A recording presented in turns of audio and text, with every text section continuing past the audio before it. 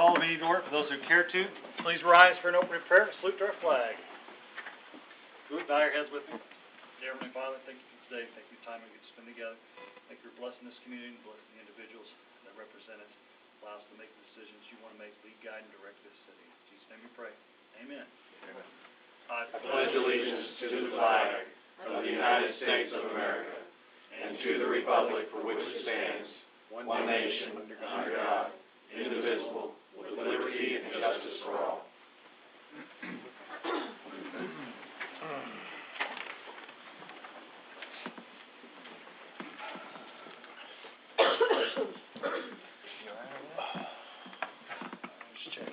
We got Karen in the bullpen if you need. I'm going to scoot this way. Yeah. City clerk coughs one time in a meeting and we're going to the bullpen. Right? Nice. What's the sign? It's a sign, all right. All right. I only have one announcement tonight. And Mr. Brett Parker, will you come up and stand at the podium, sir? This is Eagle Scout Brett Parker. First of Eagle Scouts. So I'm going to read a proclamation from Mr. Brett Parker, Eagle Scout. Whereas the Boy Scouts of America is a vital force in the development of our youth through its many programs which encourage the ability of its members to do things for themselves, especially for others. Whereas one of the major objectives in the Scouting program is to develop citizenship through community involvement. In addition to working for citizenship merit badges, Scouts are encouraged to participate in community service projects. And whereas Brett Parker is a member of Troop number 174 and has not only proven himself to be an outstanding member of the Boy Scouts of America, but has attained the highest honor bestowed on a Scout, the Eagle Scout Award.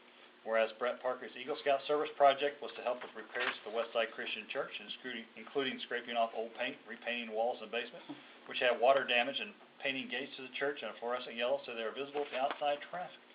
Whereas the Eagle Scout Award is a distinction that will follow him throughout his life and be a beacon to others of leadership quality and commitment that Brett has shown. Now, therefore, I, Mayor Brian C. Buckner, recognize Brett Parker as worthy of the highest honor and encourage him to continue the commitment to service and testimony, whereas I have here to set my hand and fix the seal of the City Republic this 25th day of February, AD 2013.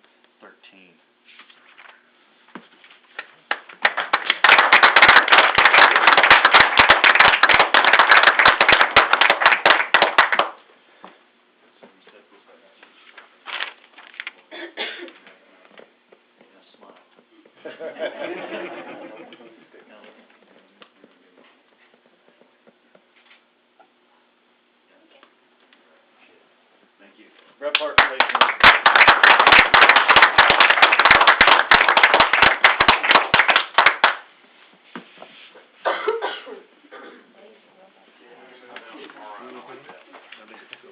I was going to give him 20 minutes, but his dad told me don't give him that much time.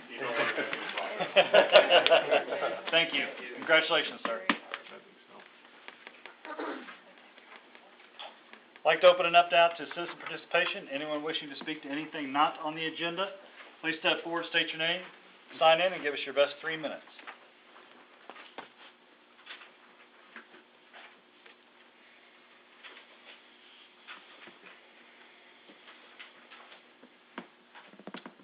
Seeing none, citizen participation closed.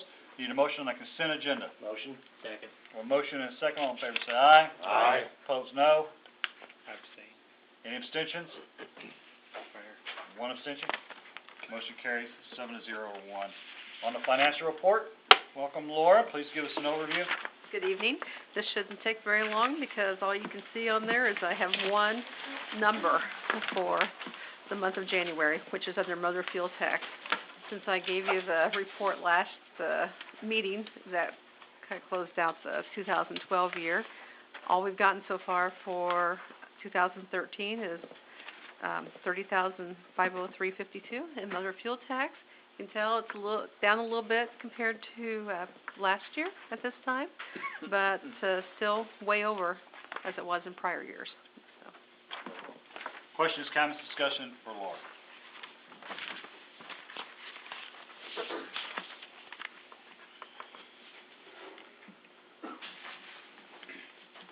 Need a motion to approve financial report? Motion. Second. Motion and second. All in favor say aye. Aye. Opposed, no. Any abstentions? Motion carries 8-0. Okay, Thank you, Laura. thank you. Mr. Krischke, anything? No, sir. Mr. Derrickson? No, sir. Mr. Keeley? Good evening, sir. Before you get going there, the Community Foundation held their annual trivia night the other night, 16 teams of 8 people apiece, I think. And the city held up their bargain. I heard you didn't win, that's all I heard. We didn't win.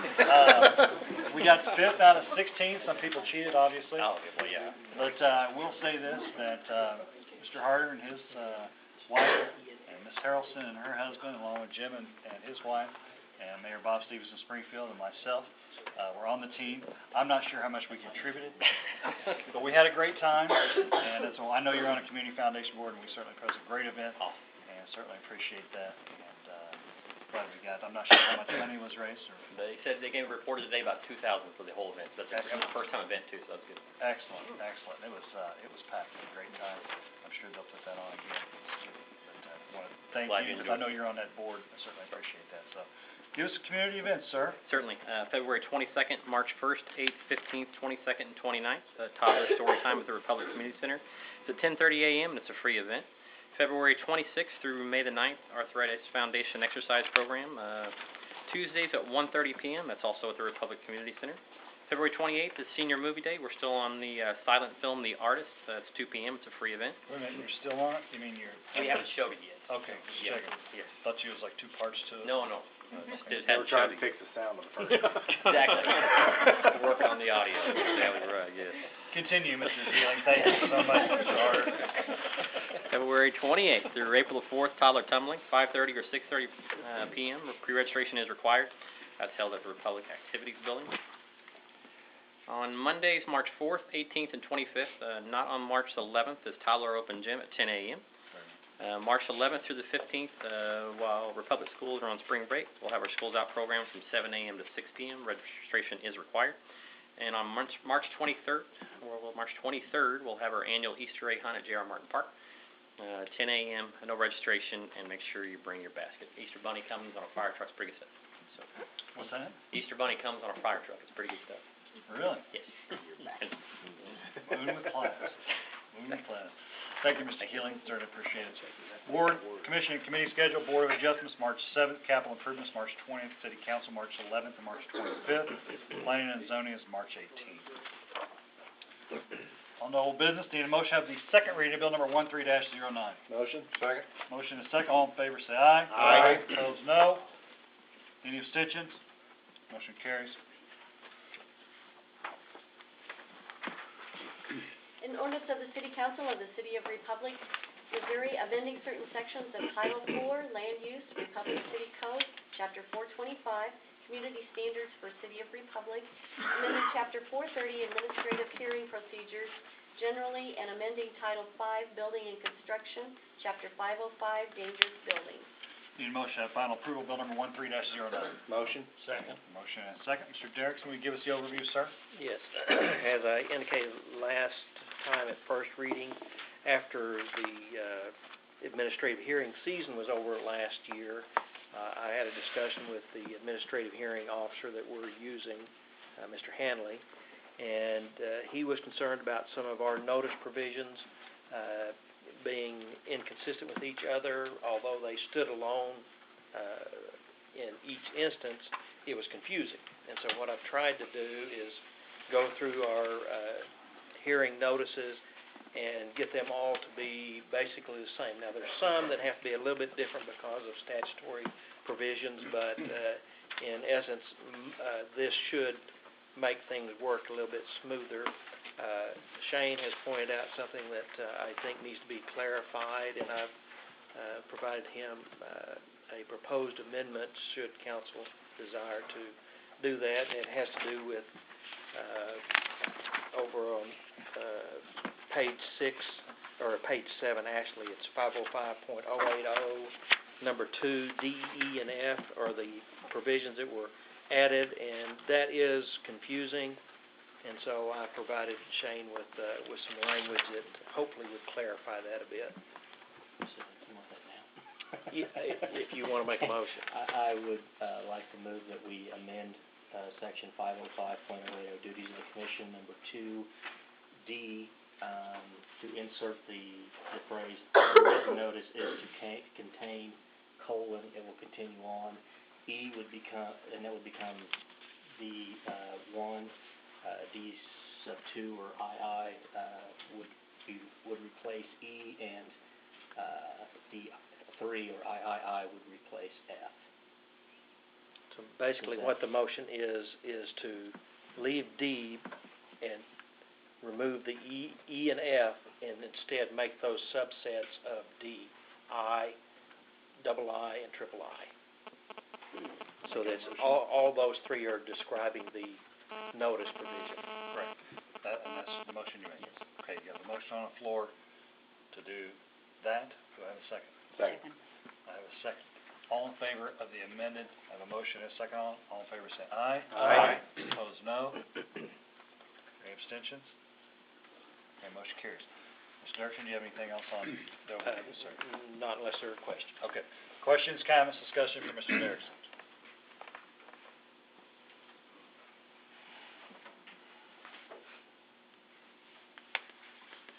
Anything at all?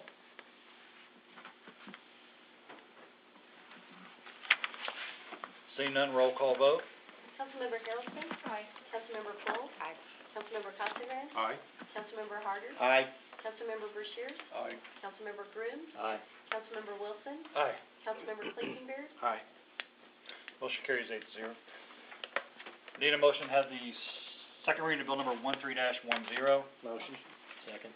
I have a motion and a second. All in favor say aye. Aye. Opposed, no. Any abstentions? Motion carries.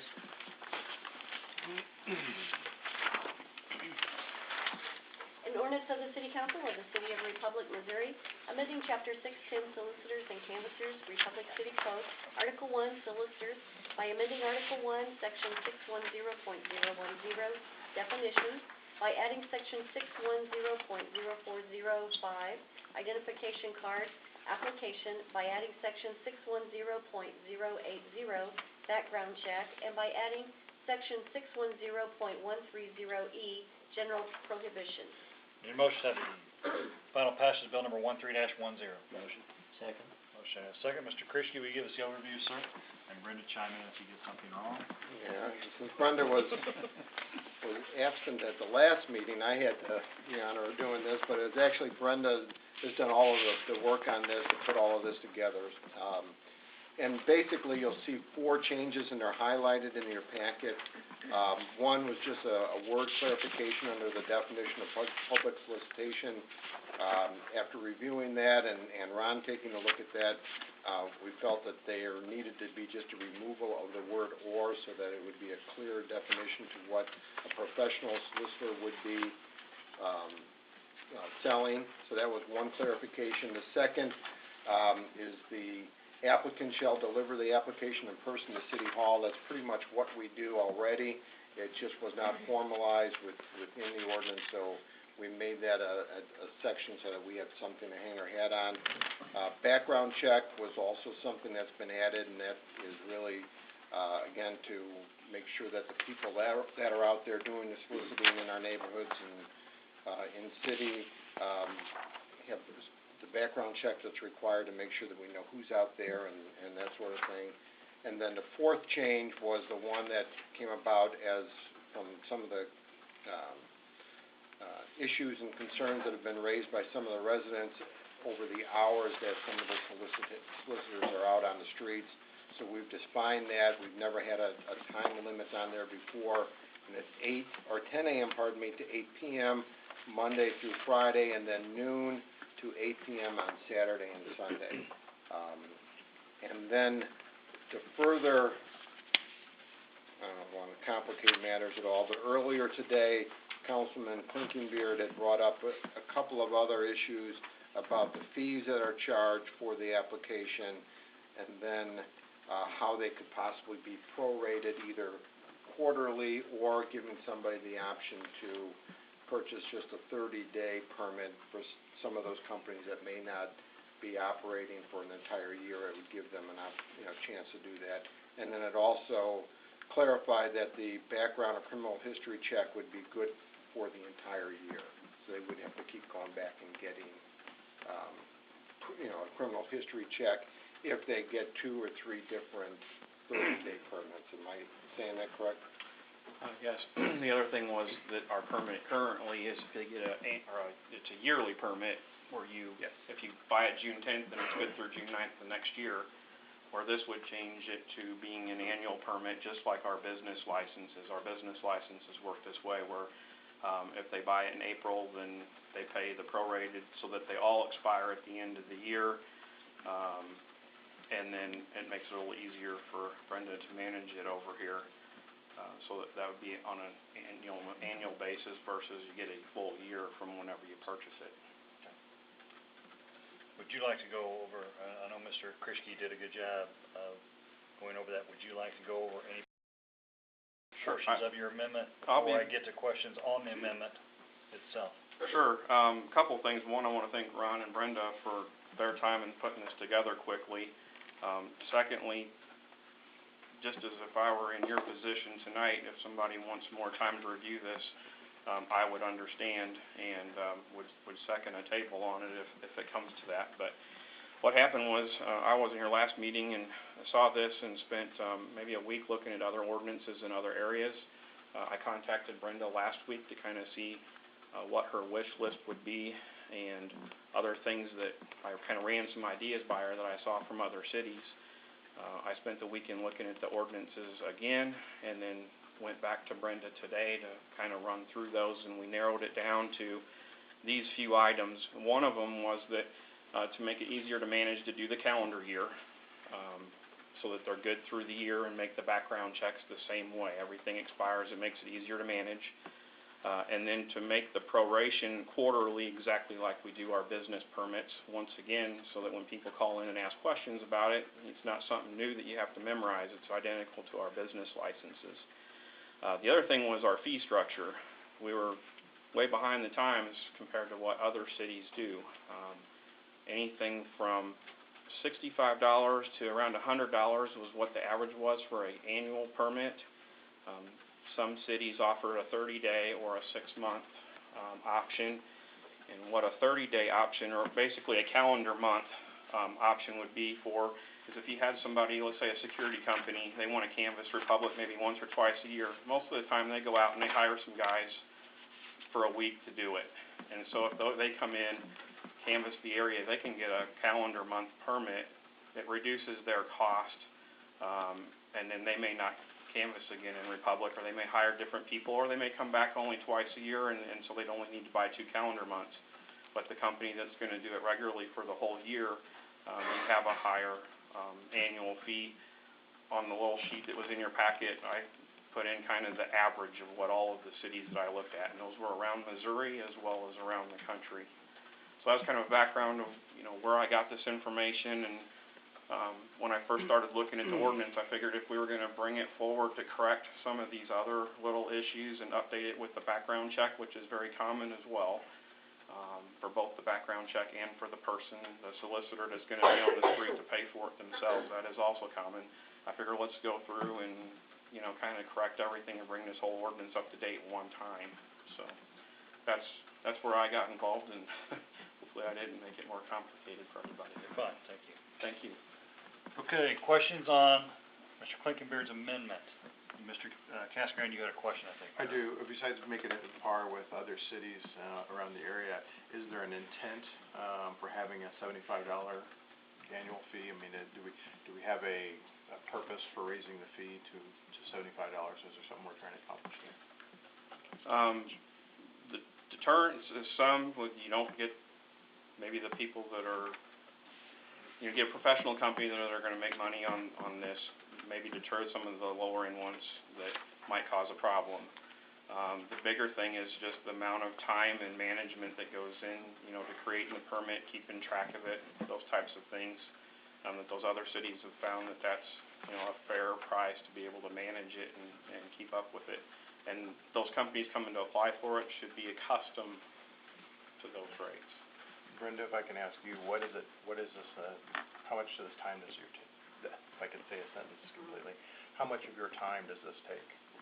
First of all, when someone applies, they usually call and I have to explain the process to them.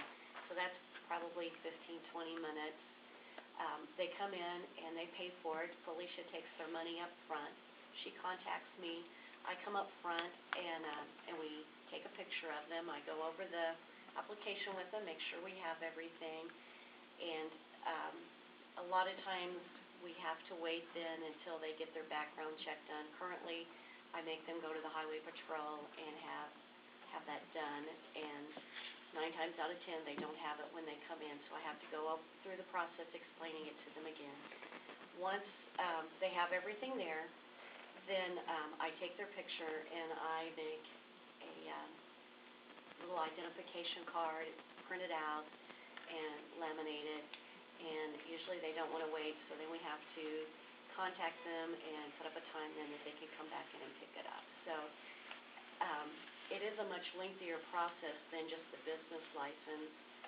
It, like I said, it includes Felicia also taking the money up front, and the main thing, I guess, more than anything, is just explaining the process to them, what they can and can't do.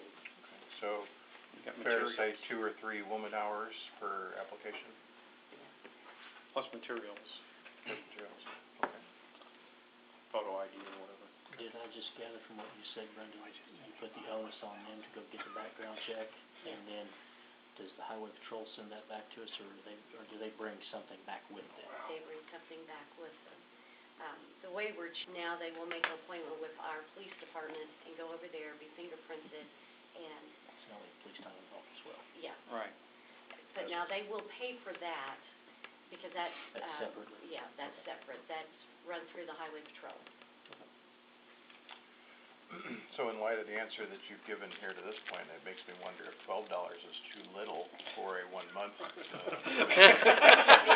I was thinking. Look at it this way, I'm just throwing this out here, I'm, $15 to $20 an hour, 2 or 3 woman hours per application, we're losing money hand over fist on these applications. Not to mention the police and... I don't know how many of these applications we're processing a month, but That was when I saw the $14 for the annual one, that was my first thought, is that it's nowhere near enough. A lot of the cities I looked at either had, a quarterly or a 6-month one. I just stuck the month one in there as I thought people might balk with the dollar amount, but we may, it's always an option to do a quarterly one where that minimum would be more like $35 and we'd be more at what our minimum cost would be, plus 2 quarters, and they're gonna wanna buy the annual one anyway, so. I guess my point is not to make money on the deal, but rather to make sure we're not losing money correct. on the process of doing one of these. How many do you process a month, would you say? We do, for the year, we really don't do a lot. We maybe do 15, 20 for the whole year. Okay. So, yeah. I rest. Will $75 make us do less?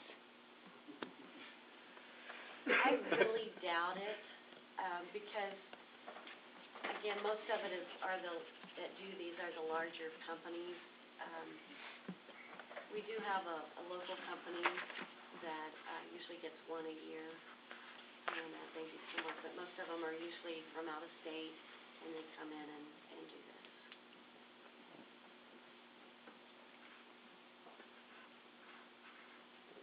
Let's keep in mind the purpose of the fee is to recoup our costs, not to deter someone from being here.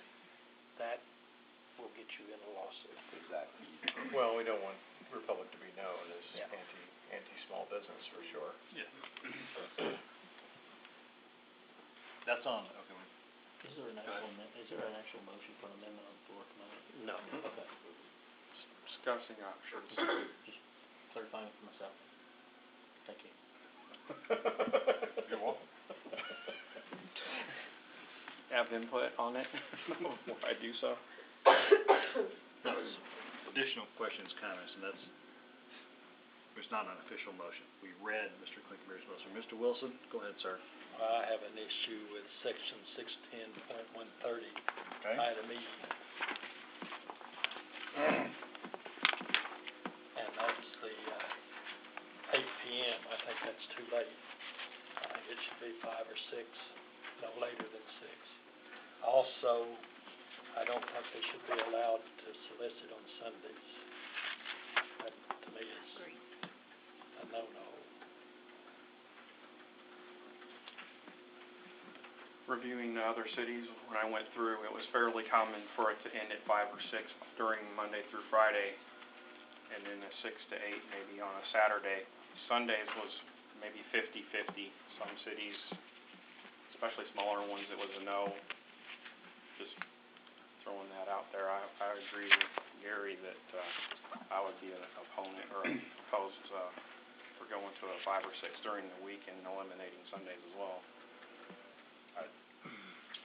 It's your floor. If you guys want to make amendments, that's fine. There's already one. We've read your amendment, but they haven't had official. Okay.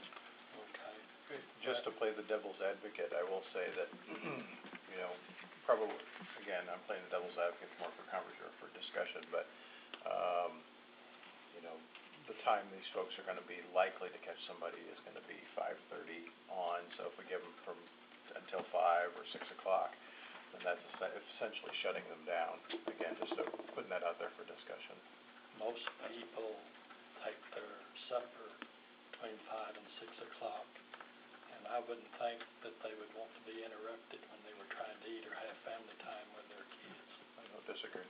If you have small kids, it's a good time to be getting baths and putting kids down before 8 o'clock. Definitely.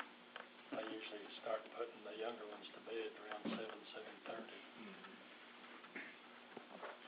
So that's my thoughts on that. And you have 8 o'clock Saturday. deal. Yeah. they Or got if you Saturday. can't catch them during the week, you got Saturdays, which is common. So, go ahead. I was just gonna ask for some more input concerning the monthly fee of $12. Does that need to be taken, or 14 as it's written, but 12 as it's, and Mr. Klinkenbeard's amendment, does that fee need to be increased to reflect the cost that it's costing the city to process one? I don't know, if it was taking 2 hours, then, you know, does it need to be $24? It's up to you. I'm open for discussion. I'm interested in discussion. I would move it to where they quarter is a minimum that they could buy then a 90-day for 3 calendar months, and then you make it, you know, like 35. They can still go to the year one if they're going to do it longer than that, but then you do get to a point where you're collecting enough to make the time. You know, you don't want to be losing money and the amount of time that it goes into, and then the materials. And I agree with you. Yeah. And that's where it all started with me. So I mean, it's a great point.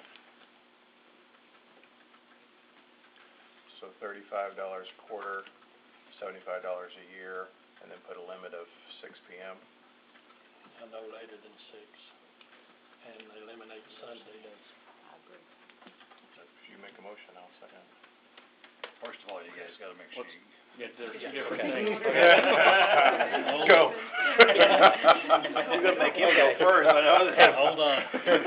Okay, let's, we don't have any motions at all. No, on there's that. not a motion on it. No You guys have motion. been cussing and discussing Okay, for 5-10 minutes on you've it. got a memo that has a potential, Amendment. you're actually suggesting amending a memo, which you don't have to do. No. You can just read the memo with whatever Amendment. changes you want to make to it and see if you get a second. So that'd be Does that the make first sense? step, and then go to Gary's amendment of E. Which is a different portion. Yeah. Okay. Okay, does that make sense? Yes. Okay, so now, right now, we're at the On point where three. you understand where we're at? I understand completely. I think I understood before. Okay, I'm just waiting. Usually we just get the discussion and go, but I'm just kinda waiting. You guys have discussed what you wanna change on it, but we don't have any official record of you guys asking for a change or making a motion. So, Would you like for me to read back what I think the changes are for the one, and then if you agree, then you can make the motion? And I'll just read what I think I've heard, I'll read it back. On mine, I'll tell you what to cross out, and then you can read it, because then I'll motion that. See if I'm right. So instead of the monthly, we're gonna make a quarterly. 90 days. Or Want a quarterly. quarterly, or you want a 90-day? 90 days, Okay. or 3 months, Okay. 3 calendar months. And that'll be $35, Okay. or an annual fee of $75. okay, so let me read this.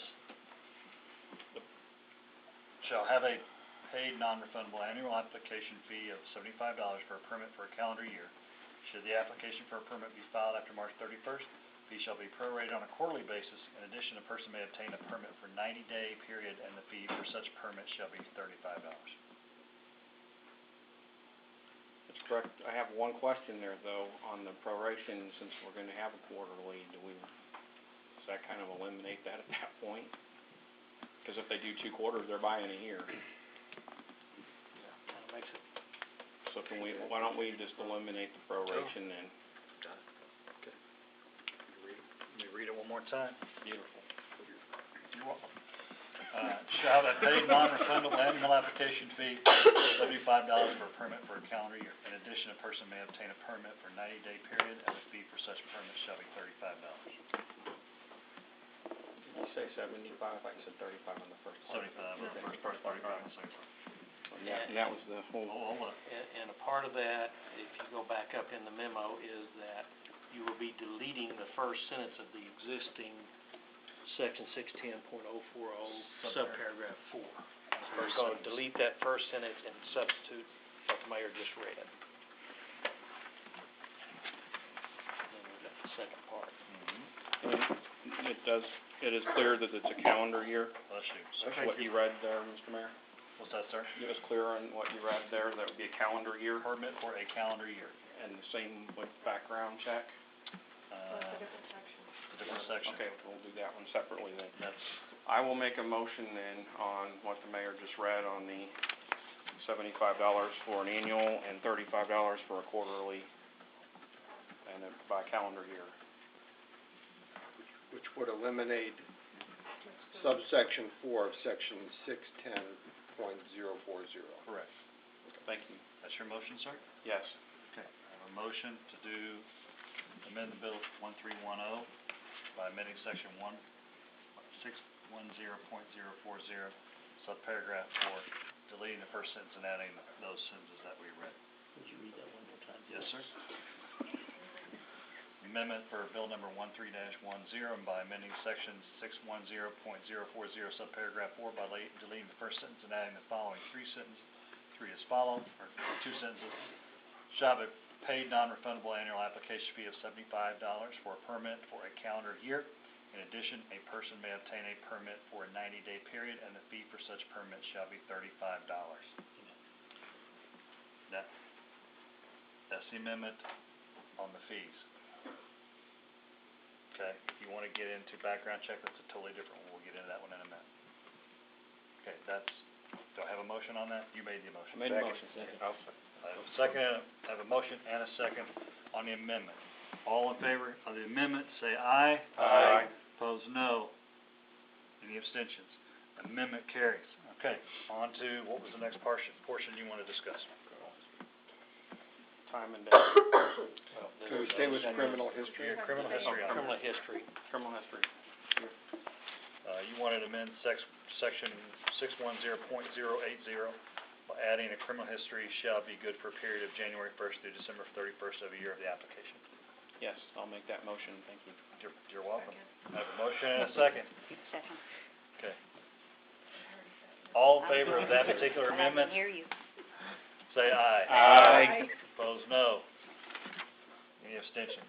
Okay, that motion carries. So we've got those 2 items amended, or those 2 sections amended. Now, back to Mr. Wilson's point in section 610.130 at the last, in paragraph E. Mr. Wilson, this was your area. What would you like to make an amendment, or you just want to go over it again? That's up to you. I'll make an amendment. Okay. I would like to change the ending time from 8 p.m. to 6 p.m. And I would like to totally remove Sunday,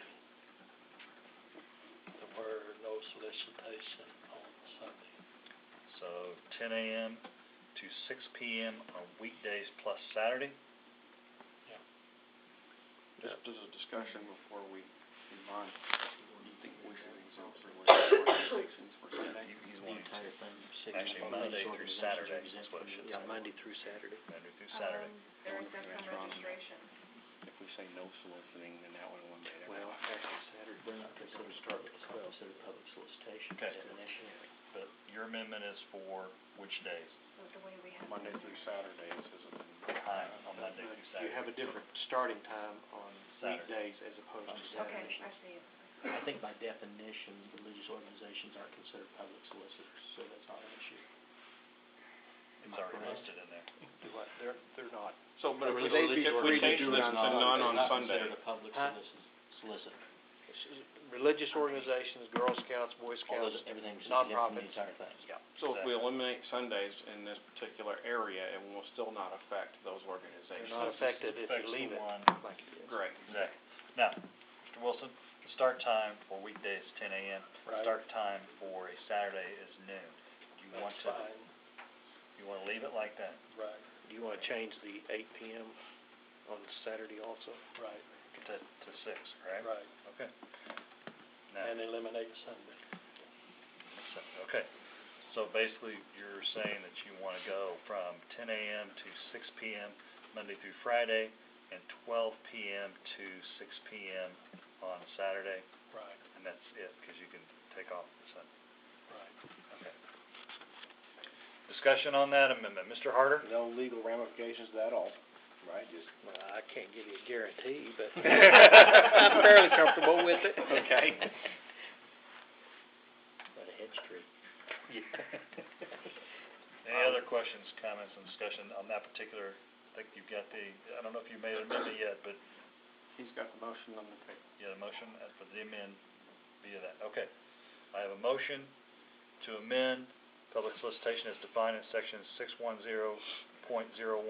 definitions shall only be allowed between the hours of 10 a.m. through 6 p.m. Monday through Friday, and between the hours of 12 p.m.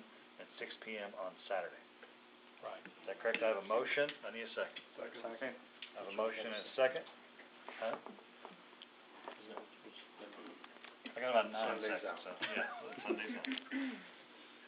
I have a motion and a second. All in favor of the amendment, say aye. Aye. Try that again. All in favor, say aye. Aye. Opposed, no. Any abstentions?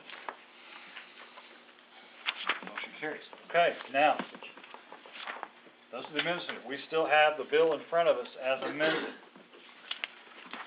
Questions, comments, discussion on any other portion of the bill other than what we've already amended or looked at?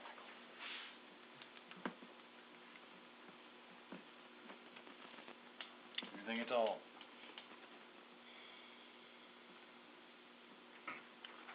Fair enough. Good job. Roll call vote.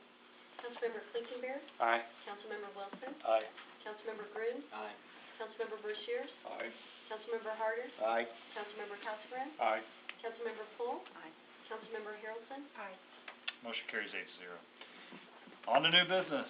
Need a motion to have the first reading of bill number 13-11. Motion? Second. I have a motion and a second. All in favor, say aye. Aye.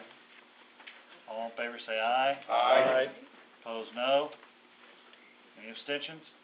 Motion carries.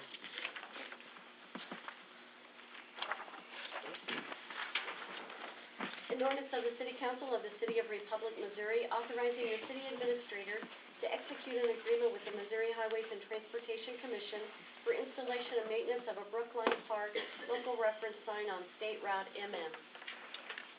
Thank you, Rita. Welcome, Mr. Brock. Thank you. Give us the overview, sir. Mr. Keeling had asked just a couple weeks ago if it were possible to get a directional sign up for Brookline Park. It is possible, and TR 42 agreement with MoDOT is the means to do that. So, working with the MoDOT staff, we've put an agreement together. This would be the configuration of the sign, be installed just south of the intersection of Sawyer Road and MM Highway, direct traffic going north to get to the sign. I think I've got my arrow in the right direction. I think I do. This will be a city-owned facility. We pay for the installation, we pay for the maintenance, but I think we are able to, with this agreement, we're able to accommodate Mr. Keeling's request. Fair enough. Questions, comments, discussion for Mr. Brock, or Mr. Keeling for that matter? Mr. Grooms? This may not be something that there's anything you can do about since I I think they pretty well dictate this, but under removal, basically, B, C, D, and E, if the commission at its sole discretion determines they can remove the sign, and will not reimburse the applicant. Does that mean that there's no notification, there's no, hey, we need your sign out of here, come get it? It's just you walk out there one day and it's in the ditch? Or gone. That would be the worst case scenario. I do think we have a better staff than that in our MoDOT office. I'm sure we do. But, I mean, You are correct, It Mr. Graves. is, essentially, there's no provision, for notification. there's It's just- not, and I can provide you with an example.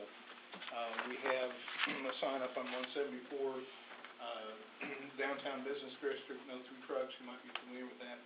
When they did their widening project, they literally took the sign out of the ground, laid it down, did their work, and we had to come back and put it back up. So, I mean, the terms of the agreement are pretty clear. It's our sign. It's their right of way. Yes. Correct. Additional questions, comments, discussion from Mr. Brock? Mr. Harder? They just wanted one sign, did you think about two? We began the marketing push for this park late last year, last quarter. Most of the questions we got were people coming either directly from the community center or over Republic. We decided to go with that one way from now. If we see we have a need coming in from the other way, we'll put another one up. Thank you. What's the cost to put another one up? I'm just gonna ask Jared. Mr. Brock? About $400. That's material and labor. When you say another one, you mean another one on M or another one coming for direction? Coming from the south. Yeah. I did ask Mr. Brock about a sign on both sides, but that's obviously not feasible. I was thinking we'd have it right on the intersection, but obviously that's not feasible. Correct. Yeah, we need to have it out in advance so the motorists can see that and Sure. have time to. That's why I ask, is that, Makes sense to are have you one footing the both bill for ways. this, or Mr. Brock? We would be footing the bill, he's footing the labor. He's footing the labor, you're footing the bill. Is he charging you for the labor? The foot labor. Or, shut up. Fair enough. And, well, I mean, it's a bit onerous to go through, adoption of this, agreement. So, would be my suggestion if there's a desire to post both directions. That was my suggestion too, Ms. Gillian. It might behoove us to do it one time with MoDOT. David, is that your recommendation? It would be. Can you afford it, There I may know? be a potential, I mean, this isn't the end of it. Once we sign the agreement, we have to secure a permit to actually put it up. So we may be able to amend the agreement to allow the two signs, but only get permitted to put one up, and then if there's a desire to put another up, we have the groundwork done. I was just looking at it essentially as its use right now. I mean, pretty much all of our traffic is going out that park northbound. However, that's not to say we won't grow residential on that side, they can be coming to it southbound as well, but just trying to alleviate the problem we're having now. Okay, thank you. Additional questions, comments, discussion from Mr. Brock? Mr. Quickenbeard? I would agree to, if we can lay the groundwork to go ahead, to lay it out with them to have a sign both ways, I would agree to that, and then we can decide to put it in later as far as the final permit and things, but it would make sense to be ready for both ways. I mean, if we're gonna do some of this, that would save us some time later. Do you think they would allow that, where you? I will have an answer for you at the second reading. Fair enough. Mr. Wilson? I do know of people that come in from the north to go to that park. So, The people are gonna have parties for their family, and they're inviting relatives or friends, and they're gonna come to the park to meet, to do something. And that, directional sign would be great. You'll have an answer. Yep. Thank you, sir. You're welcome. No, I knew it was coming. Mr. Keeling, you might want to look with David and see if there's any cost savings to go with that one-time shot with both signs. I don't know if that's in the budget or how you have that budgeted out. I'm sure you've got a budget somewhere, so. Additional questions, comments, discussion from Mr. Brown? If this is amended to, allow for two signs and you only permit for one, is there a time frame on the second one? We'll have that answer know at the at the next next meeting. If you don't ask the question, you can't get the answer. Exactly. I'm sure he'll ask all the questions. Additional comments or questions for Mr. Brock, Mr. Keeling, either one? Fair enough, this is the first reading. Mr. Brock, Mr. Keeling, if you would, see if we can get some of the answers from MoDOT, see what they have, see how far we can go with that, see the time frame, see if we have an expiration date. If we get a permit now, see what all the ins and outs are, so when we come back, if we need to go a different direction, we can go that different direction. You okay with that, Mr. Keeling? Okay. Thank you, Dave. Yes. Okay, next item on the agenda, we need a motion of the first reading of bill number 13-12. Motion? Second. Have a motion and a second, all in favor say aye. Aye. Opposed, no. Any abstentions? Motion carries. An ordinance of the City Council of the City of Republic, Missouri, amending Chapter 245, Republic City Code, Food and Food Establishments, Section 245.020, permit required, suspension or revocation. Motion, or let's see, thank you. Mr. Krischke, will you give us the overview, sir? I will, and just so people aren't confused, you'll see that the same exhibit is for the two items that relate to this. First is the permit fees, which Brenda just read, and then the second one, which is the next one on the agenda, would be for the intergovernmental agreement that we need to establish with the City of Springfield for the health inspection services. But first is the permit fees, and this has been really a topic for the last number of years, and I'm going to give a little brief history, then I'm going to turn it over to Kevin and Roxanne from the Health Department so that they can explain it in a whole lot better detail and answer your questions. But as in a lot of the different departments and areas around government, funding has been either cut or, just flat out eliminated. And for many, many years, the Health Department, which is operated by the City of Springfield, has had the luxury of having monies come in from either, I don't know if it's been from the federal government, from the state, and they've been able to do these health inspections at no cost to our local restaurants and food establishments. Over the last couple of years, those revenue sources have pretty much dried up, and then now they're forced to go back out and look for a makeup of those revenues. And inspection fees is what is typically done in this area. It's done in the City of Springfield and has been done for many years. Those restaurant and food establishments have been paying their inspection fees, and we have enjoyed in Republic and outside of the Springfield area in Greene County have been able to not have an inspection fee. Greene County just recently approved a similar ordinance to this, whereas now they're going to be charging inspection fees for those restaurants and establishments in Greene County, which would mean unincorporated, Stratford, Willard, Battlefield, and that sort of thing. Because we're a chartered city, we've got to go through a little different process, and we don't fall under that umbrella. So they needed to come to us and look for us to establish the proper ordinances to make this happen. If we did not contract with the City of Springfield and their health department, we would have two other options. One would be try to get the state to do it for us, which would be virtually impossible. We've contacted them. They're not particularly interested in doing health inspections, so that would not be an option for us.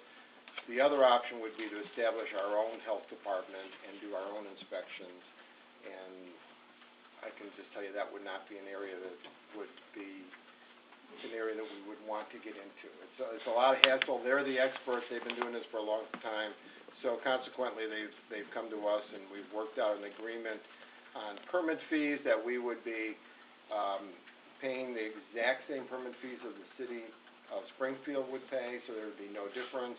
And then, in fact, they've been very nice about, because it already is March, or practically March, they would be prorating the fees for this year to make it as easy as possible on our restaurants and food establishments. And I probably took, Kevin and Roxanne, I probably took away a lot of what you wanted to say, but... Good job. You're hired. No. I don't know. We need to have a conversation. Yeah. Come on up, Kevin and Roxanne, and is there anything would you like to add? No, I think that pretty much covers it. It's just that, you know, for many years, we've been doing restaurant inspections for Greene County since 1954, and, You personally? not me, no. But it's come to the point where we've had to institute fees. We did it in the city of Springfield about 6 years ago, and Greene County just recently passed theirs. And we began, I think we've about got all those collected. We really haven't had too much kickback, but some of the local restaurants that have, at the beginning when we instituted them in Springfield and unincorporated Greene County, we have worked with them if they wanted to put a payment plan, a quarterly payment plan. But they're really not that expensive for a high-risk establishment, around $400. For a convenience store, it's about $100. So it's not really that onerous, but we will work with the restaurants if they need some help. Okay, fair enough. You were gonna say something, weren't you? No. All right. All right. Questions, comments from council? Mr. Clinkenbeard's first, and I think I have one over on the left. Go ahead, sir. We're talking just an annual fee here, so there's no fee or penalty if you get an establishment that maybe people call on, and every month you've got to go out there because people are complaining about one issue or another, and then you've got to go back out and re-inspect them. Is that correct? No, we build that into the fee. So there's certain jurisdictions that do have reinspection fees, but we don't have them in our ordinance. Correct. So you're basically charging enough that it covers kind of the average. Yeah, for a Some high-risk businesses will have to establishment, be like a covered 2 or 3 McDonald's, they times. get 3 inspections a year. And Sure. then if they have critical violations, then we'd go back for a reinspection. So if we found something that could be a problem for human health, then we would go back on re-inspections. But 3 routine inspections a year. And that fee that you're charging is based on kind of looking past at the number of times you may have to do. Right, we do Kind of the an overall, everybody annual- sharing the cost. Yeah, we do annually a fee study in the city of Springfield that basically recovers our costs. We can't recover any more under the Hancock Amendment, so it's only for cost recovery. Thank you very much. That's a good answer. Good question. Additional questions, comments, discussions from Kevin, Roxanne, or Jim? Mr. Wilson, sir? We're talking fee, but what kind of fee? How much is the fee per year? For a high-risk establishment, it's $412, isn't it, Roxanne? Gary, it's, 408. Gary, I was gonna say it's right here. Yeah, I saw that, but that's just numbers. I wanted to hear it from them. But you're getting the city fee is $408, the rest of the county is $440. Okay, I know all those numbers. good. See, somebody knows the answer. Mr. Bashirs, go ahead, sir. We have multiple times a year that you do an inspection. Are those a random time, or are they specified? They never know when we're coming. I'm always happy to see it. Then we have your number so we know where to eat. Hey, that's my number's on the invoice. And I will add, Roxanne answered a question. A lot of people ask her, is a place safe to eat? She says, if it's not closed, it's safe. Am I right? Yeah. Isn't that what the answer you gave us? So I do remember that. Still open? Well, you're okay. Additional questions, comments, discussion? Unless you inspect it the next day. Yeah, 24-hour deal, and I come to Jesus meeting. We're housed in a church, that's why I say that. That's fair enough. Should be out. Ms. Poole, go ahead. I remember the letter that we got before this all from one of our businesses here. She said it would create a very hardship for her. And I know another business that it's going to be very hard for. Is there any, the fact that you will allow them to make payments on it, I think is great. But I'm concerned about our smaller businesses that $400 to a big business is not a lot, but to a little mom and pop business that doesn't have a lot of money coming in, that's a lot of money. Yeah, and we ran into that when we instituted them initially in Springfield. And if you put it in perspective, for a good quality food safety program, if you're open, average restaurant, let's say, is open 313 days a year, that's $1.30 a day. So it's not, I mean, if you really think about it, when you put it in that perspective, that's not a lot of money. But at one time it is, and we work with those establishments initially and help them plan for those annual fees. Certainly, it can be a And when hardship. they haven't been used to doing it, Right. and then all of a sudden it hits them, it makes us get a lot of Yeah, calls. absolutely. But wouldn't they be considered a low or medium? A medium risk would be Subway. She's got all the numbers. She's got your number. We've been collecting. Gary, do you have any other number questions you wanna ask? I'm sure she can I'm working on it. And how much is that per day, the two? Yeah. And I have to answer all these calls when people complain. I said, okay, this will cost you this per day. Okay, never mind. And you're getting ready to say that what was a A high, high medium, would be, yeah. when they take raw food to cook food, I mean, a high, a McDonald's, an Applebee's, those sort of thing would be a high risk. Medium risk would be like a bakery or a Subway, Those are where medium. they have prepared food and they just put it together. Low risk would be a come and go or something like that, a convenience store. We don't charge for VFWs, we don't charge for schools, like in Springfield, we don't do that. Great, thank you. Additional questions, comments, discussion? Anything at all? I'm currently taking a master's class in epidemiology, so I have an appreciation for what you guys do. It sucks. It's, epidemiology is a hard class and I don't enjoy it. So, my hat's off. It's not a lot of fun, is it? It's not a lot of fun. She knows the numbers. Thank you for coming out tonight. Thank you. Yeah, thank you. This is a first read. Would like to add that, if there's questions, comments, discussion between now and then, please give it to Mr. Krischke, and he can get those answered or relay those questions back. Thank you. Moving on to the next item. Need a motion to have the first reading of bill number 13-13. motion? Second. I have a motion and a second. All in favor say aye. Aye. Opposed, no. Any abstentions? Motion carries.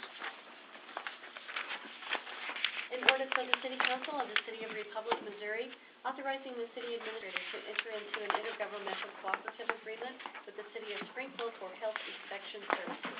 Thank you, Brenda. Mr. Krischke, will you give us an overview how it pertains to bill number 13-12? And this is really just part two to the, the fees, which obviously will, be the revenue source and the impact of the restaurants, but this will establish our relationship with the City of Springfield Health Inspection Services. So in order for us to work properly together, we need to have our agreement, memorialized and in writing. So I can tell you that one of the reasons it took as long as it did was to put all the language together properly and get everybody happy on both sides. And I know Ron had a great deal to do with that, as did the legal team over there in Springfield. So they've got it to a place where they're comfortable with that. And that's really it. And I'm hoping, it says attachment, Exhibit A should be attached to this, and I'm just realized when I'm flipping through the page that we did not insert that into here. So Ron can go, this first read, Ron can go and grab a copy, but it is the formalized agreement to make this happen. Okay.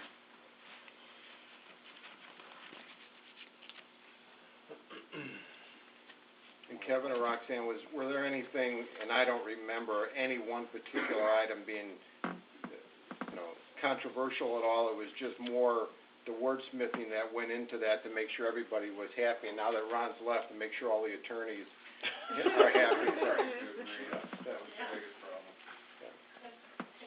And with any IGA or any intergovernmental agreement, we have to make sure that our side's covered, they would make theirs, sure their side's covered, and we do a lot of IGAs, and it happens this way. It does take a longer period of time to get those to us and through us, but once it's to us, it should be fairly accurate on both ends, so. Mr. Grooms? While Ron's not doing that, may I ask a retroactive question to the previous? If you can relate to this one. How's that for an answer? Well, I'll just ask it and you decide what. Fair enough. Is the fee schedule is for 1 year, so do you come back every year with a revised fee schedule, or is it just automatically updated? it's automatically updated through Springfield, as Kevin mentioned, they'll go through their annual study. They're not on a calendar year like us, so their fees will change at a different time of the year, but whatever fee is in place on January 1st will be the fee. If you're an establishment with a license on that day, January 1st, that's the fee that you would pay. And if they change in July, then that, if you establish yourself after that time, that would be the fee that you would pay. Your question's legitimate, because if you look in the bottom of the discussion analysis, it talks about the fee schedule mirrors the schedule adopted by the city of Springfield and slightly less than the schedule adopted by Greene County, since such factors travel expense and things like that. So your question's legitimate to this particular item as well. I knew it would be. Well, I don't know that you knew it would be, you were just guessing that it was, but I applaud your effort.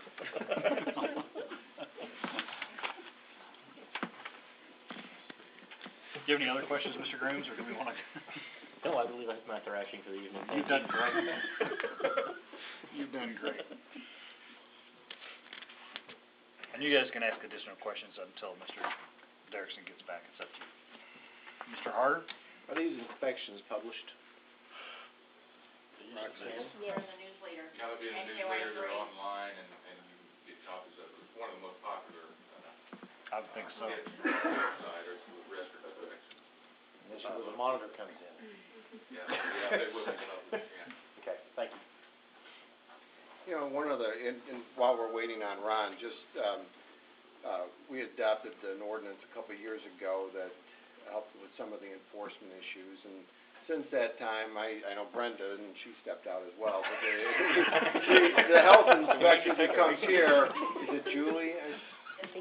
Lisa, thank you. She comes in, we actually provide, kind of a little remote office for them, so when they're coming here in town, if they need a place to work and make phone calls, do some paperwork, they of course are reporting what they need to report to Brenda for business licenses, and it is a very good working relationship, and I know I tell them I don't want to know anything, just I just go by what the mayor said. If it's open, I figure we're good to go. But those are Roxanne's words, not mine. I just repeated them. If you should happen to get sick, I know how to work the calculations back to figure out what food it was that made you sick for my epidemiology class.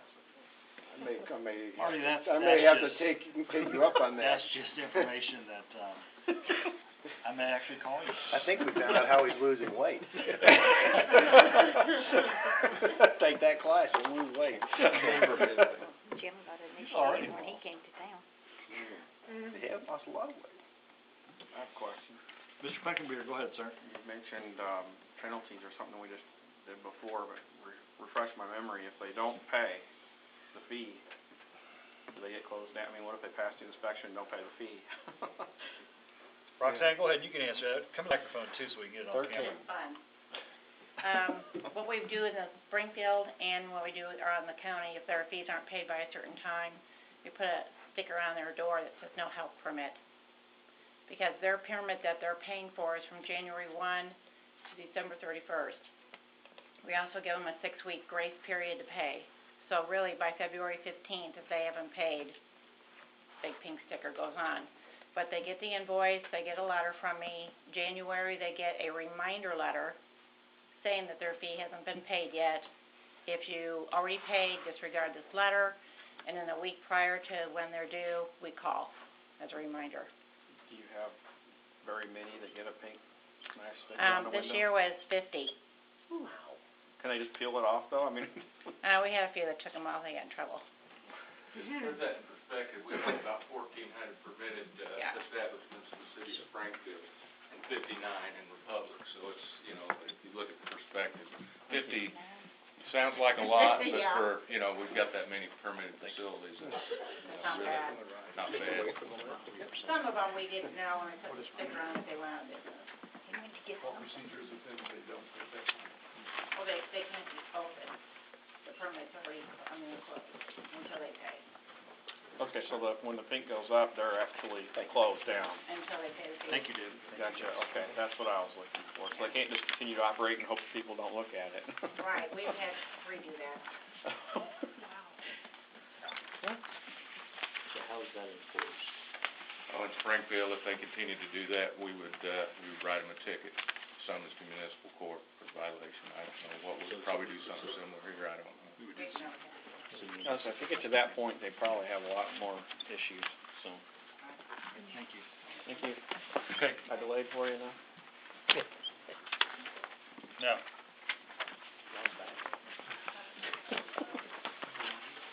thank you, Mr. Bruins. Okay, I ran out of questions. questions, comments, discussion. We have the article in front of us. Again, this is a first read, so please review this, and we apologize for not having it in there. We're not quite sure what happened, but that's okay. I tied up his thing. Got it? No, that's okay. He was busy with me too. So, additional questions, comments, discussion. I would say as you look through this, you can give us a call. I mean, you're not going to have obviously time to read through it at the moment. But I think you'll find that it's pretty standard in terms of an IGA would be. I don't think you're going to find anything in there that is going to be out of the ordinary. But again, if you have questions, you can either call myself or Ron, and we'll either be able to give it to you right away. Ron will be able to, or I'll be able to get the answer from Ron and give it to you. But if you do have any questions or comments, we'll have it. But at least you know it exists. Anything at all, council? This is first read. We have a few weeks before the next read, so please take time to review the documents you have in front of you. And if there's any questions before then, make sure you get with Mr. Kuchar. Okay. Next item on the agenda, need a motion of the first reading of bill number 13-14. Motion. Second. I have a motion and a second. All in favor say aye. Aye. Opposed, no. Any abstentions? Motion carries. An ordinance of the City Council of the City of Republic, Missouri, authorizing the city administrator to execute an STP program agreement with the Missouri Highways and Transportation Commission for the preparation of a transportation master plan. Thank you. Mr. Brock, give us the overview, sir. Thank you, Mayor. STP, Surface Transportation Program. These are federal highway dollars that are directed to Republic based on our population. And we're proposing to use some of those funds for capital improvement planning and transportation master plan. Quickly, what have we used STP funds in the past? Widening Highway 60 in 2004, primarily funded from our local share with STP funds. Highway improvements in and around the new high school, we kicked in about $270,000 in STP funds. In 2010, when the population changed, we went from receiving $33,000 per year to now about $178,000. So it's imperative that we decide how best to use those funds, particularly when you keep in mind that they can't be more than 3 years old, or we face losing those dollars. So what we're proposing to undertake is a plan that essentially helps us determine what transportation facilities we need to build and how much it's going to cost. And this agreement kind of sets forth the conditions to use those surface transportation funds to fund 80% of that transportation master plan. Questions, comments, discussion before we get started? I want to make sure that everybody is aware we actually have a transportation plan. We actually have a land use plan. Jared has his own parks plan. We have these plans available at your disposal if you want a copy of them, if you want to grab a copy of those. Contact Brenda and she'll get a copy of them. We're trying to get a land use plan updated. Mr. Brock's working on a transportation plan, and Mr. Keeling's plan is usually updated within a year or two.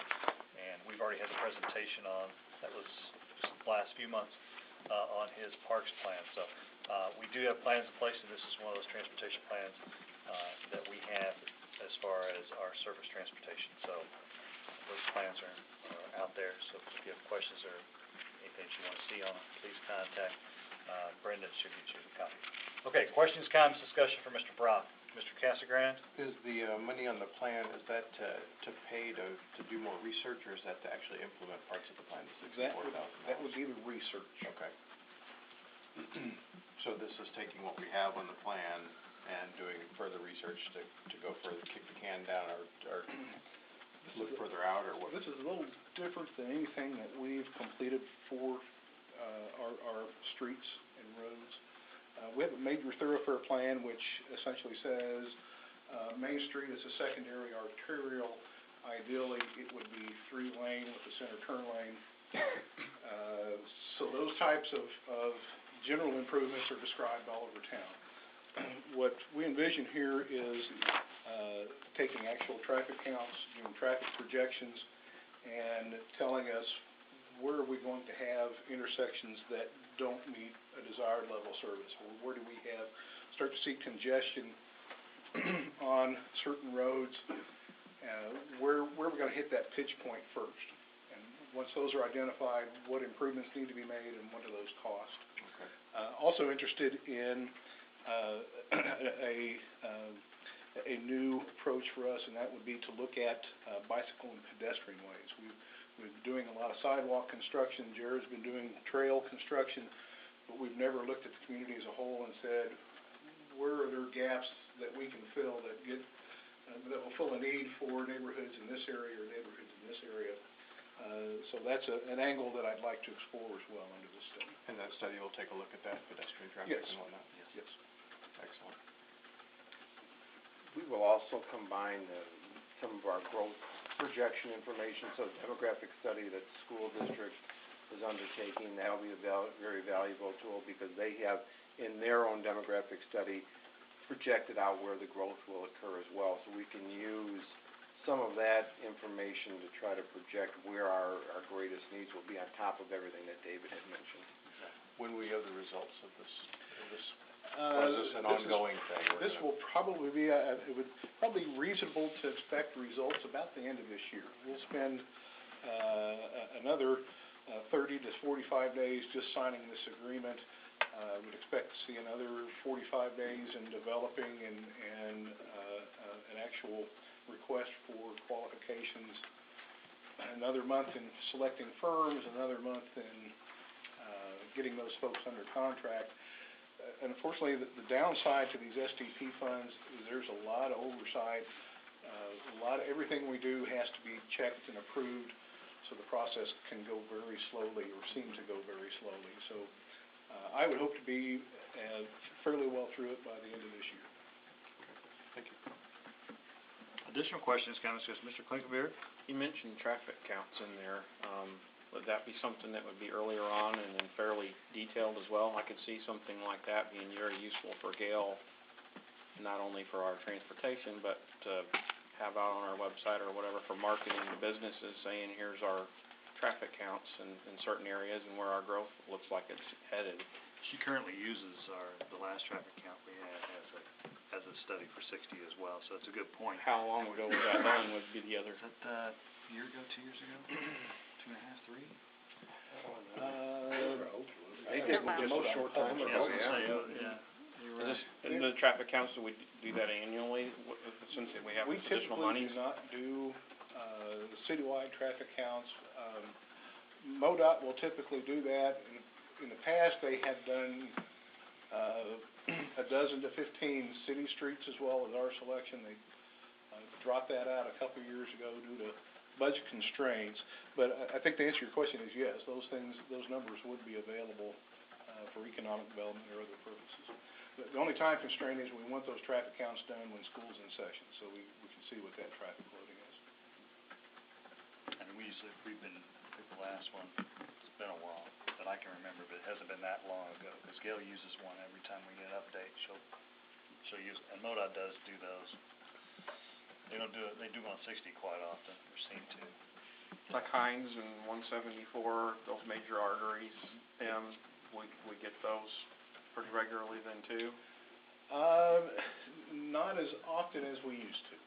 And again, they primarily came from MoDOT. We have 2 magnetic traffic counters, so we can do isolated counts, but just not equipped to really look at an intersection and get all 4 directions tied together. Sure. Okay. Mr. Wilson, you had a question, sir?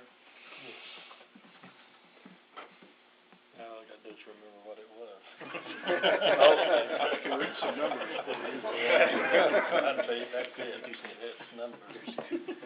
When they, made 60 a 4-lane, the traffic count at that time, wasn't that 25 or 6,000? That's still pretty accurate on the east end of town, about 27,000 cars per day, and that's both directions. Correct.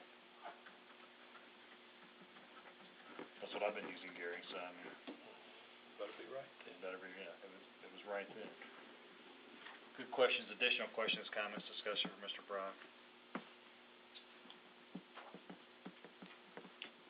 Seeing this is a first read, if you have questions or comments on it, please contact Mr. Brock or Mr. Krischke, either one.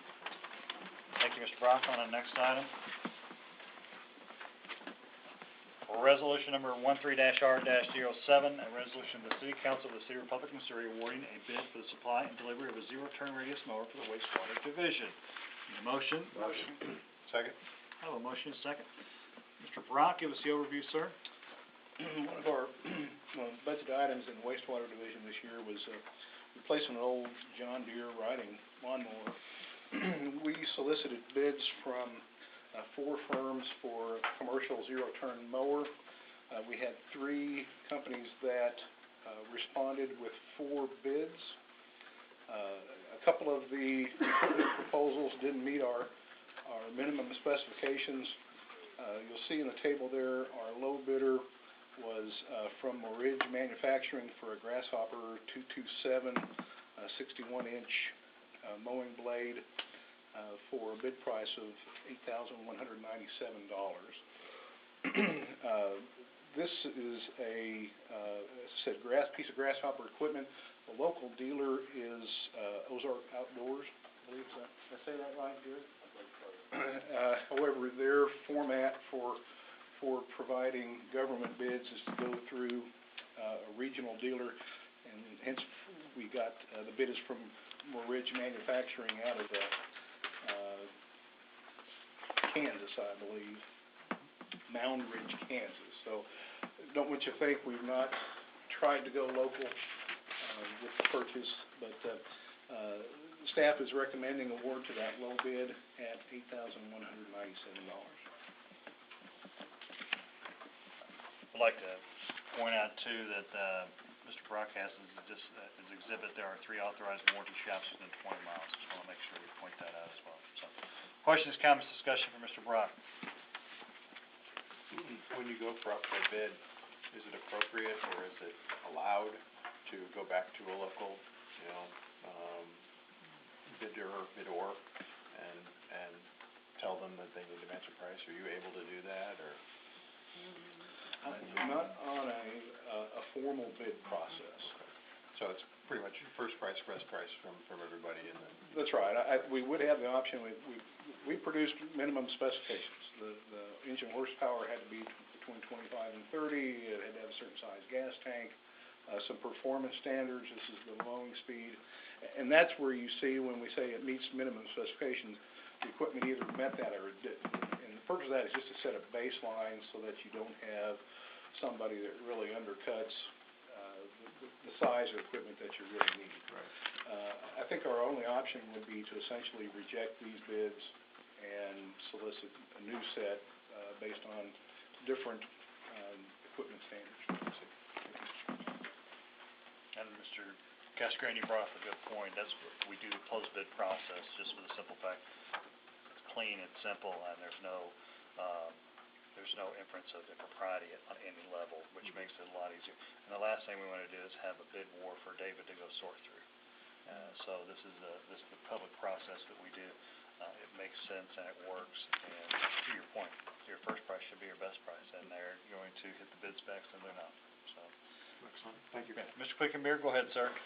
On the couple that didn't meet the bid specs, is that the best thing that they had to offer, just so that they could be in the pool, or did you talk to them? It is not. We actually They just couldn't read it? Their different models of equipment, and we knew the make and model for the Hustler and for the Toro that met our specs. But they chose to bid on another item, I think that what they had in mind is, well, we think we know what we're bidding against, so we've got to give a piece of equipment that gets our bid price down to that level. So, in other words, the Toro, there was a Toro mower that met our standards, but they submitted a bid on a different model. Well, that's important to know, because to think about possibly rejecting these, to send them back out, and you think, well, maybe the standards were way too high, or a lot of manufacturers don't have something in those specs, but if you know those other ones did produce items that met our specs and they just chose not to, then I don't think that's a reason to read it. To your point, Mr. Clickenberry, look at Moore Ridge Manufacturing, they produced 2 for the bid process, one met the specs, one did not. Correct, so they had that option. Yes, and Mr. Brock is right, we do get bids in sometimes that they'll bid 2 items, maybe 3 items, hoping to get the bid if we go lower and get out of our spec range and go lower, they're hoping to get that bid if we go below or But they make sure that they're in the race by meeting the specs on one, so when Exactly. you choose not to, I'm looking for reasoning why should we You're reject these. gambling. And, right, and so they chose to do it that way, that shouldn't That is be correct. something we base our decision on. That is correct. Thank you. Mr. Harder? You're okay with the grasshopper? You've seen these, you worked with them? We've not operated one in our department. We're relying on good recommendation from Wayne Hawkins in Parks and Rec. Okay. And the old mower is shot and toast and no good? Be certainly happy to solicit sealed bids for the purchase of that. Give to Jared. That answer your question, Mr. Harder? That's a good question. Additional questions, comments, discussion for Mr. Brock? Do we need a motion then, is that what you're looking for? No, I just need he's already solicited. And He's already made the suggestion, Yes. okay. All in favor say aye. Aye. Opposed, no. Any abstention? Motion carries. Thank you, Mr. Brock. Resolution number 13-R-08, a resolution of the City Council of the City of Republic of Missouri authorizing the execution of a contract change order number 1 for the Park Lane Drainage Improvements. Need a motion? Second. I have a motion second. Mr. Brock, give us the overview, sir. Mr. Forrester is here as well in case we have questions. When you're managing any construction project, you always end up having to address issues that weren't clear in the bid specifications or plans and specs or weren't correct when you went to bid. And Park Lane Drainage was no exception there. We have a change order, and this encompasses all of modifications to that project. The changes generally fall into one of 4 categories. The first one is driveway modifications.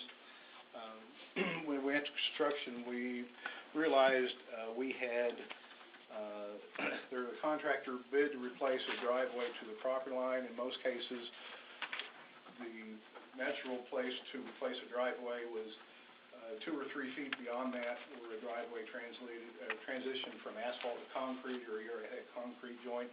In a couple of places, we went back to the other direction. Another item in driveway modifications, we had spec'd a concrete surface for secondary drives. In other words, a driveway to a double fence, getting access back there. In cases where it was not a hard surface, we didn't feel that expense was necessary, so we deleted a number of those. We found a secondary access point that we had overlooked in design. And the last modification, the last change in driveways, we put an early up additive into the concrete, so instead of these folks having their driveway shut for 3 days, it was 24 hours. So that's the first category. The second category, in, I believe it was 2006, we built a storm sewer under Elm Street, and we secured easements for that. We made a commitment to the owner at that corner, Dogwood and Elm, that we would have enclosed storm sewer for the length of his property. And during design, that was included, and we went through a round of trying to reduce costs, and it was opened up. And I'll take the blame for not ensuring that wasn't in the bid specs, but we felt it was necessary to honor the commitment we made to that owner. Third category was simply a change in encasement on sewer pipe. We felt that that was a full concrete encasement, concrete all the way around, was a little bit of overkill outside of traffic areas. We saw cost savings there. So we made a change from the full encasement to arch encasement. And then finally, the fourth category work, deletion of work on Rosewood. This was entirely a cost reduction measure to keep the overall price of our contract down. Don't get the impression that that won't be completed.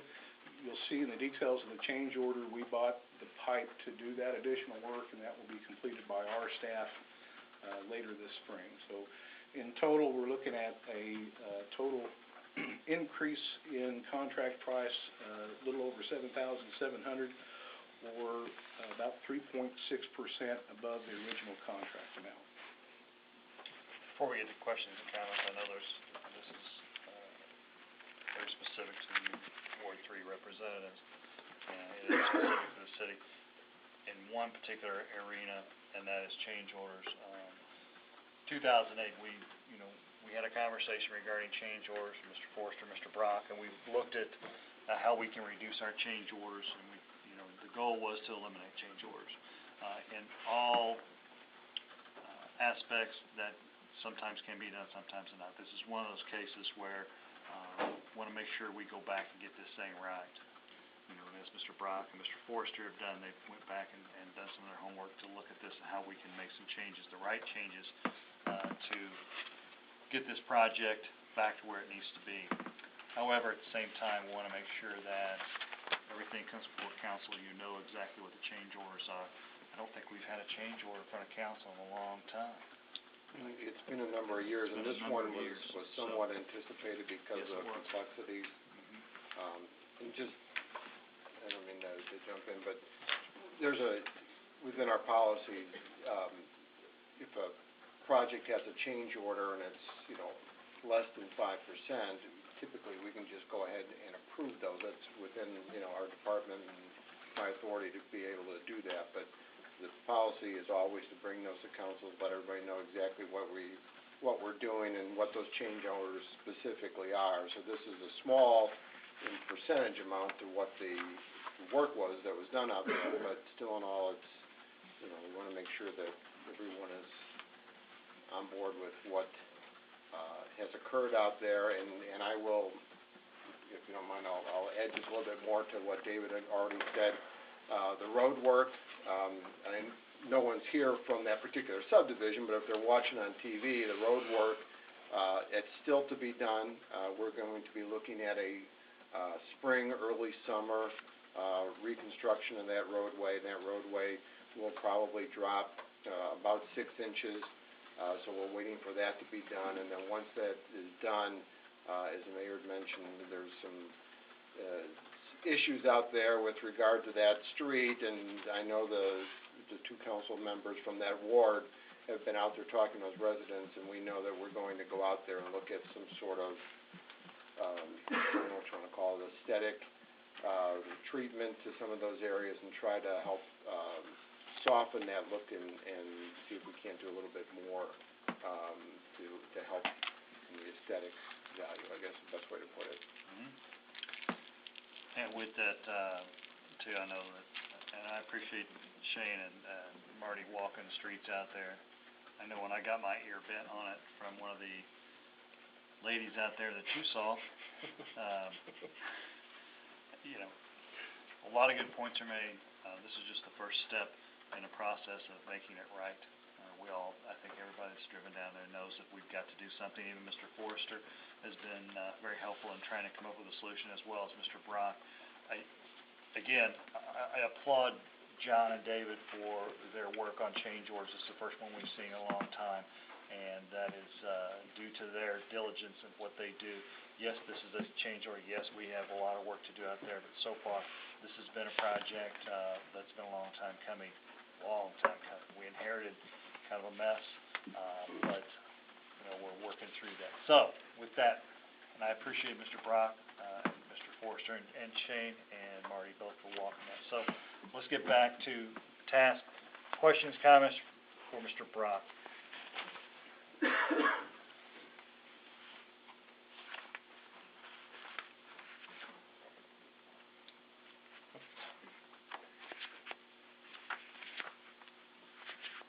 at all? Or Mr. Forster, since he's here too. Just throw you under the bus, John, sorry.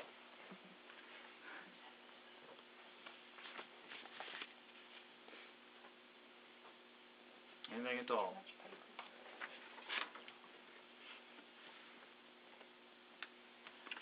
Okay, seeing none. All in favor say aye. Aye. Opposed, no. Any abstentions? Motion carries. Thank you, Mr. Ross. On to the next item, resolution 13-R-09, a resolution of the City Council of the City of Republic, Missouri, authorizing the purchase of one police detective vehicle. Need a motion? Motion. Second. A motion and a second. Welcome, Chief Lowe. Please give us an overview, sir. Well, I'm sure it's not as exciting as buying a zero-turn radius lawnmower, but we're going to try and upgrade our fleet. What we've got here is a 2002 detective's vehicle that's 11 years old, and it got about 140,000 miles and is becoming excessive in its maintenance costs. So we included in the budget this year $20,000 to try and replace that. And trying to be somewhat fiscally responsible, we started looking at, rather than purchasing off the new state bid, seeing what we could find on the secondary market, a program car, a used vehicle, or something else. And we looked around at local program cars and used vehicles, and we really couldn't find anything that had low enough mileage that was a reasonable cost saving. And so we went back and looked at the state bid system. And you can see on here, there was for new vehicles there, the state bid had a Ford Fusion Hybrid for $24,000, a Ford Focus for $15,800 and change, a Dodge Avenger for about $18,500, and a Chevy Impala for about $18,700. We obviously, as a detective vehicle, would like to have something that's fuel efficient, doesn't need to meet all the specifications of a police car, and we don't want it to look too much like a police car. And so, working with Mr. Kriske, we worked with Republic Ford to see what they could do as far as matching or coming close to a state bid, and they were able to match or actually slightly beat the state bid on the Ford Focus, but that was a little bit smaller than we wanted. Its resale value wasn't quite as good, its trunk space, etc. And so they had a Ford Fusion that wasn't the hybrid, and they gave us a very competitive pricing on that. And obviously, it's a local dealership where we can pick it up almost immediately rather than waiting for the 60 to 90 days that a state bid vehicle would be for delivery. And we'd obviously like to be able to move forward and purchase this vehicle through the local dealership where we'd have ease of maintenance, warranties, and for local business. Thank you. Questions, comments, discussion for Chief Lowe?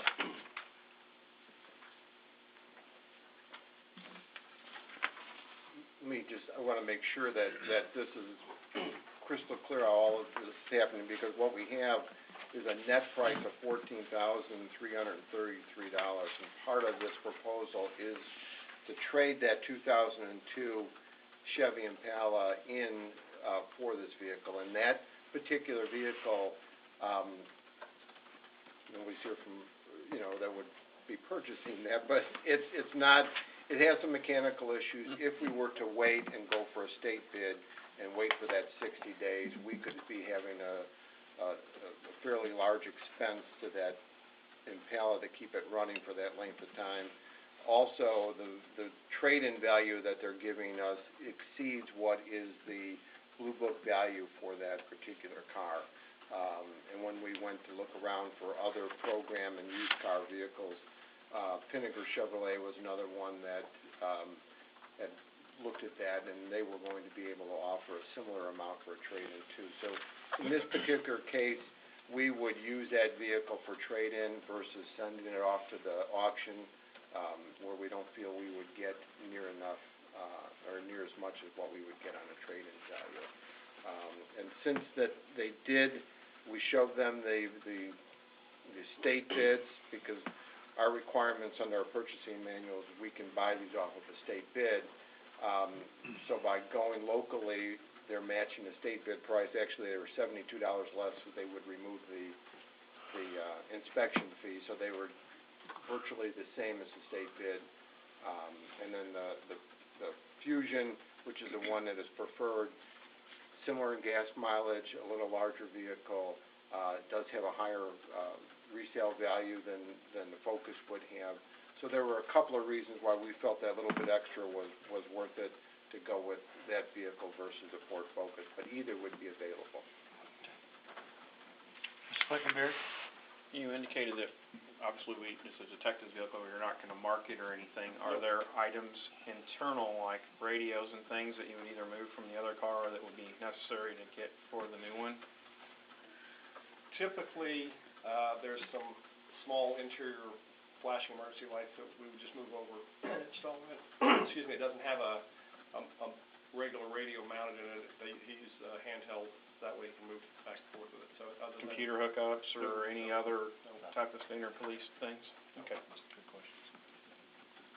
Additional questions, comments, discussion for Chief Lowe?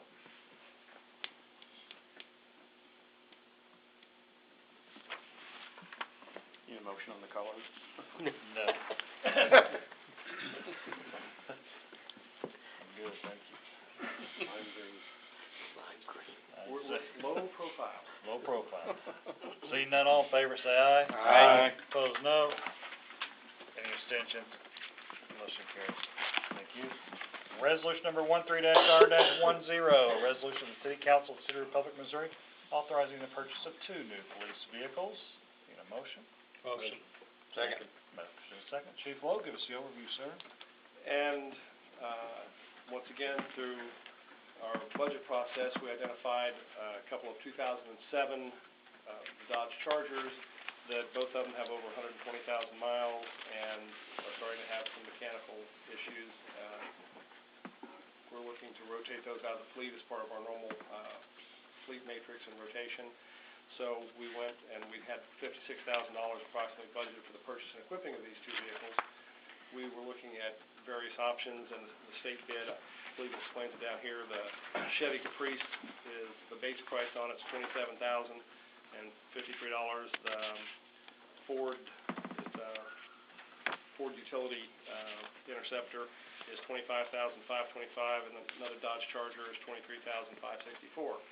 So Republic Ford now has a fleet manager that is trying to get involved with selling the police fleet vehicles, and had acquired one of the police Ford Utility Interceptors, and they allowed us to test drive it. Springfield Police Department just got through purchasing some of those as well as some Dodge Chargers, and so we looked at that, and Republic Ford, once again, is trying to get into the police fleet business, so they gave us a bid that was slightly less than the state bid price on it, and local delivery doesn't allow some of the council members to assist us in the pickup and delivery. Mr. Harder? But unfortunately, it's once again a way to support our local business, and we've got hopefully a much faster pickup time than the 60 to 90 days delivery, and so we're requesting that you approve us for the purchase of these through the local distributor rather than the state bid. Questions, comments, discussion for Chief Lowe? Mr. Grooms? I would like to make a request for the future. In both this one and the previous one, you stated that repair costs are becoming very expensive or prohibitive.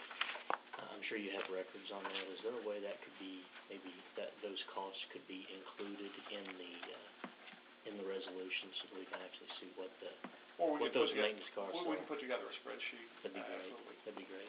They have a vehicle matrix for every department. It's a Yeah. vehicle matrix, and I'm sure his vehicle matrix contains all that stuff as well. So. I appreciate that. Good point. Additional questions, comments, discussion for Chief Lowe? And I guess I'm a little confused. You're asking for 2 Fords, These will be 2 Ford utility all-wheel drive Interceptors. you're talking about the new ones. Yes. Are they smaller or bigger than the Chargers? Well, they're it's a utility vehicle. It's kind of like Explorer. kind of like SUV? Okay, that's what I... kind of like an Thank you. Explorer. That's what I need to know. Gotcha. I'm with you now.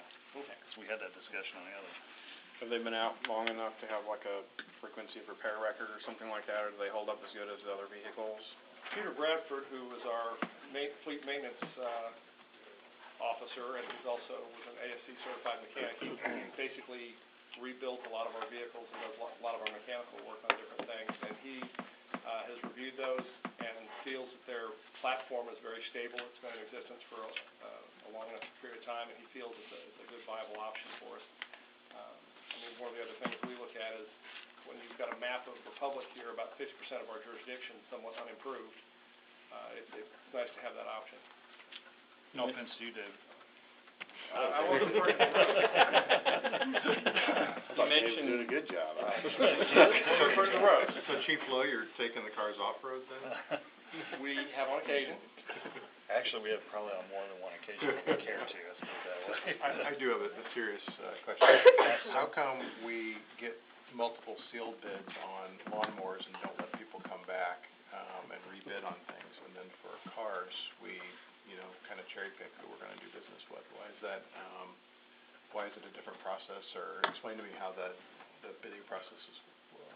Well, on the Ford, and Mr. Kriske can jump in here if he wants, but on the Ford police interceptors, the state bid is a published bid, and Republic Ford approached us because they are selling and have these vehicles from Ford headquarters. I see. And are trying to market them. So they can see what the state bid is. Oh, and they can choose to place their bid. Yeah, it's a published book. Okay. And they actually also had one of the Ford police cars that had, I think, police in decals up and down the sides of it. They were taking around and allowing different agencies to try them out and borrow them. And that's part of their marketing strategy through their fleet sales. Okay. And Mr. Cascone, your point's well taken. If you also notice, anytime you get a state bid on vehicles, the price is going to be a lot lower than you're going to find probably at a dealership. Therefore, when the state bid comes around, since they're buying them bulk or whatever it is, they're going to be quite significant savings, and that's why if the dealers want to get into it, knock themselves out. That's what they're wanting to do. I'm all for using local businesses. I mean, I'm 100% for that whenever we can. I was just struck by the different purchase procedures that we use to decide who we're going to buy. Welcome to government. Yeah, normally I always buy off of state bid, and this is an unusual circumstance that we've been able to take advantage of, that a local dealer is actually trying to match or beat state bid. Which is very rare in itself. I don't think we've had one in a while. Usually they're delivered to St. Louis. That's where Daniel gets to go drive. Well, Mr. Clinkenbeard, you had a question. Yes, well, you said, you keep indicating that they're trying to get into this business. Are they a actual certified dealer to sell these vehicles, and it's just started, and are they trying it out and they're having to meet a quota to become an official one on an ongoing basis, and that we may be assisting them a little in this area? I know that which is fine. I know they have a fleet sales division, and obviously there's various types of fleets. I don't know what they apparently are trying to get into this side of the market, but I honestly can't Well, say if we what choose their strategy is. I'm just saying, they're not going to come back and say, oh, I'm sorry, we weren't able to sell enough, or we didn't qualify, or whatever. If we choose them, they'll be able to provide them guaranteed. Yes. Okay, that's kind of where I was trying to get to. To further your point, Mr. Clinkenbeard, every state bid, whether it's a Chevy dealer, Ford dealer, Chrysler dealer, has a dealership in the state where they deliver those vehicles to off the state bid. They will deliver them to that dealership from the manufacturer. State buys multiple, they ship them all to this one dealer, and then they pull them around, and you get X amount of vehicles. The last time we purchased Dodge Chargers, we had to go to Lou Fuse, I think it was in St. Louis. O'Fallon, it was, yeah, and get those back. So with Mr. Biney he may be trying to ascertain the Ford dealership for the state on that particular bid. That is correct. So that's really everybody has a dealership. The Chevy, Ford, and Chrysler all have one dealership in that state for those state bids. Well, I like doing local too. I just wanted to make sure if we chose them that they could deliver. It wasn't. They're hoping to be able to deliver it. And it's been quite a few years since Ford had a vehicle that was capable of handling interceptor duties and police duties. So that's why the Ford Interceptor, the Taurus, and some of the other vehicles that they're coming out with is kind of The a big SUV deal. will be, I think, great to have as an option for weather and other off-road, whatever. All good questions. Additional questions, comments, discussion for Chief Lowe? Just one more. I don't wanna prolong this anymore, but I just wanna be clear. Police vehicles are very specialized, they're subject to the state bid, so it's what Ford or Chrysler or GM would build for that particular type of vehicle. And the dealerships all have the ability to go and get it. A lot of them don't wanna be in that business because there isn't a lot of, profit and margins there for them. The prior one on the detective's vehicle, those are an admin, it's also a state bid, they're a lot more general, they're not very specific, they're more generalized. We've not used that very often. Sometimes you can get better bids locally. We are actually going to be looking at, when we get to that point where we bring forward a new purchasing policy, making sure that we revise that so that we can accommodate purchasing new locally. Because right now, we gotta go to the state bid like we did with the admin car, use that bid and go for whatever models are being offered in that state bid. If we revise our purchasing policy in the future, it'll give us a little more flexibility to go out and buy a different type of new car at another dealership. We wouldn't be limited to what we just have. And the admin cars is a little different, it's a little more general, a little more flexible. Maybe I complicate things, but I just want to make sure everybody knows that, police cars are very specific. Mr. Cascaran asked a great question, because we all, as when you first get on council, you see a purchasing policy, and you see police vehicles, you see fire trucks, and you see all this stuff, and you're thinking, how do we purchase all this stuff? And your point's well taken. There's different policies, and we talked about our purchasing policy this morning. Chief Lowe's answered me last time, so I understand. Yeah. Additional questions, comments, discussion for Chief Lowe? Okay. All in favor, say aye. Aye. Opposed, no. Any abstentions? Motion carries. Any motion to stay another 5 hours? Motion. Need a motion to adjourn. Motion, Kathy. I have a motion and a second to adjourn. Adios. All in favor, say aye. Aye. Opposed, no. Any abstentions? Motion carries.